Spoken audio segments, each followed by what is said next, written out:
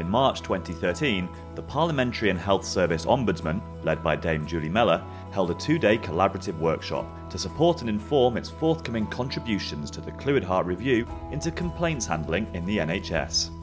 The event brought together patients and their carers or family members, as well as those who had made a complaint previously and NHS professionals, and was observed over the course of the 2 days by Professor Tricia Hart, who is leading the review alongside Anne Clwyd MP. Based on their own knowledge and personal experience, as well as evidence from expert speakers, participants in the event were asked to examine the way complaints are currently handled within the NHS and develop a set of principles and standards that should govern the way patient concerns and complaints are dealt with in future. We are at a critical point with the France's report into what happened at Mid Staffordshire and the review into complaint handling that's been set up. There is an energy and a momentum about listening to patients. So I hope where we'll get to is that people will not feel powerless because they'll see the change that has been brought about because they have given feedback. Participants heard from a number of different expert speakers, each introducing a different stage of the complaints process. Putting things right on the ward, accessing the formal complaint system, the process of managing a formal complaint, and responding to complaints. Participants agreed that putting things right on the ward before it becomes necessary to enter a formal complaints process is by far the most preferable scenario. So we were looking at dealing with issues in the ward, and we decided that our primary objective is to create an atmosphere in which patients and everybody involved in their care can communicate effectively and without repercussions. In order to achieve this, the objective should be to achieve an atmosphere where people can raise complaints and concerns effectively without fear of repercussions. This involves working as a team, openness and mutual respect, and a culture that invites feedback and fosters learning. We basically all were pretty much in agreement that if you're going through an ordeal, whether it's yourself or a loved one, of being in hospital and things weren't going well, by the time you or they are out, you're so relieved the whole thing's over. You just want to move on and not think, oh God, I've now got this headache and mountain to climb of dealing with an official complaint. So if it can be dealt with there and then. If staff just treat patients with more compassion and empathy, then patients probably won't be as scared to complain to them. We also said that it's really important to educate patients properly and explain everything to them as soon as they get there, just to make them less anxious and less likely to complain and feel overwhelmed. The nurse tells you who to talk to and how to raise concerns or ask questions. So there's a real open door policy which works both ways, so any issues are resolved immediately. What might be normal and everyday task for a nurse or a doctor is probably a one-off for the patient or the relative. It just seems like there's too much work being done by too few people, which means that nobody's getting anywhere. The staff aren't getting they aren't being able to do their jobs, and the patients aren't getting the care that they need, which is leading to complaints. So I think if you start there, then perhaps things will get better. Participants were also asked to consider access to the formal complaint system and how hospitals could aim to improve it. In the end, I think we distilled it down to one very clear and sensible objective, which is to ensure fair and easy access to the complaint system for all. And that's any complainant, whether it's the patient, the carer, any family member. Participants felt that the system should be characterised by equal, fair and easy access for all who might wish to make a complaint.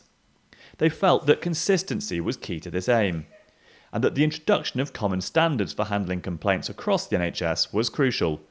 In addition to this, they felt non-clinical advocates for patients were critical in giving them a voice. Every hospital has a website, and there should be clear guidelines on that website. These guidelines should include the what, who and the how, as we described it. What the process is, who would be dealing with it, and how it would be dealt with. I believe the NHS could overcome lots of barriers. First of all, someone taking ownership of the complaint. Secondly, a follow-up of that complaint, i.e. giving you a reference number and thinking about it, a time schedule to return the feedback of the complaint, and thirdly, basically, to give you some reassurance that it will be looked at and not just stuck on a shelf somewhere. Participants were asked to consider the nuts and bolts of the process once a formal complaint has been made, and had strongly held views on how it should work. Both the parties, the complainant and the hospital or the individual against whom the complaint has been made, they should feel heard, comfortable, satisfied and understood. After the initial complaint has been made, participants felt that, regardless of its complexity and length, complaints handlers had a responsibility to ensure all parties should feel informed and clear on what is happening with the case at every stage, be involved in shaping the way it is handled, and be clear about what the complainant wants to achieve through the process. Some items of good practice would be things like involving the complainant in the actual complaint resolution at the end of the day. So giving them the option of what they want to do, how they want to have the complaint resolved. If they want a face-to-face meeting, who do they want there? Where do they want the meeting held? Is it at their home, our premises, a neutral venue? All those sorts of things, and trying to facilitate as much assistance from the complainant as possible in resolving their issues. If I could change the system within my unit of maternity, I think there should be a supervisory person that guides the complaints. We all have supervisors individually, so maybe that person, my supervisor, could sort of guide me through the complaint and give me feedback, debrief me on the notes as well. Participants felt that the single most important outcome from a complaint should be clear evidence that lessons have been learned and best practice will be shared, not just within hospitals and trusts, but across the NHS as a whole. It is crucial that all parties feel they were listened to properly, and, regardless of whether a complaint is upheld or not, the outcome is communicated clearly and sensitively. Some things that we all agreed on was that the response should be sincere, clear, honest, appropriate to the complaint, respectful, and illustrating concretely the next steps that are being taken to ensure it won't happen again. Across the 4 different areas scrutinised by participants, 3 clear calls for change emerged. Hospitals must move from a defensive culture that discourages complaining to an open one that welcomes feedback. Traditional deference between patients and staff, and amongst medical staff themselves, must be replaced by a collaborative approach to care, where concerns can be raised freely and tackled together. And there should be a set of standardised steps, common to every NHS Trust's complaint system. Participants presented their final conclusions across all the areas they had covered to an expert panel, who offered their own responses and thoughts.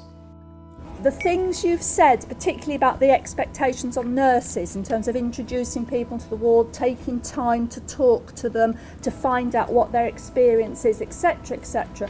Most nurses, almost overwhelming majority of nurses, say that's exactly what they want to do. That's what they really see as their job, that relationship with patients and with their carers and their families. But there seem to be things in the system that stop them doing that. Please do not underestimate how a patient voice and a patient opinion can change the way our NHS will work, not just now, but into the future. The atmosphere is changing. Even in my time as Chief Exec of Macmillan, I can feel that people are much more receptive now to the views of patients, to patient experience, to making sure that the patient view is at the centre of planning. There is a long way to go, and there is a lot of resistance built into the system, into, let's call it, the culture of some institutions. But there are enough people of goodwill out there who are trying to make a difference, and it's the partnership between the clinicians, the patients and the managers that will make it happen. Not everywhere at once, but it will happen. I think what we got from the mixture of public and people who made complaints and staff was magic, in that they expressed what a good standard of what would be happening on a ward would look like, what they would expect to see if things were working well. And that was really concrete. So we can take that now and feed it into the Tricia Hart and Ann Clwyd review of hospital complaints.